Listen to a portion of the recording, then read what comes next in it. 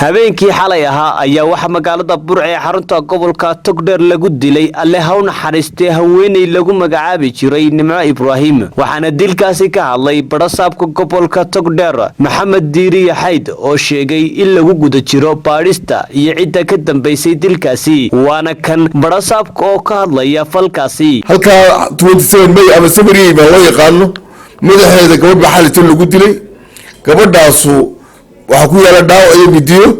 waxaana loo maleynayaa wali dhakhaatiirta gacanta ku haysa in kufsi jiray kalena waa la qaloominaya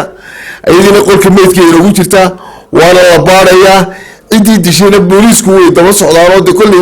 xuraankoodii iyo hawshoodii way ku jiraan kala hor dhici maayo ilaa inta mataqaana ay soo baxaan marka gabadhaas waa saas u dhacday meedkiina ilaahay oo naxariisto wuxuu ku jira talaajada waa la dilay gabadhaas meel ka baxsan imka tuulo meeshaas mariyay baan u dhow ayaa xalito lagu dilay shalay casarkii gabadhaas loo maray lagu dilay ayaan le Cabdullaahi Jaamac warbaahinta SBC magaalada Burco.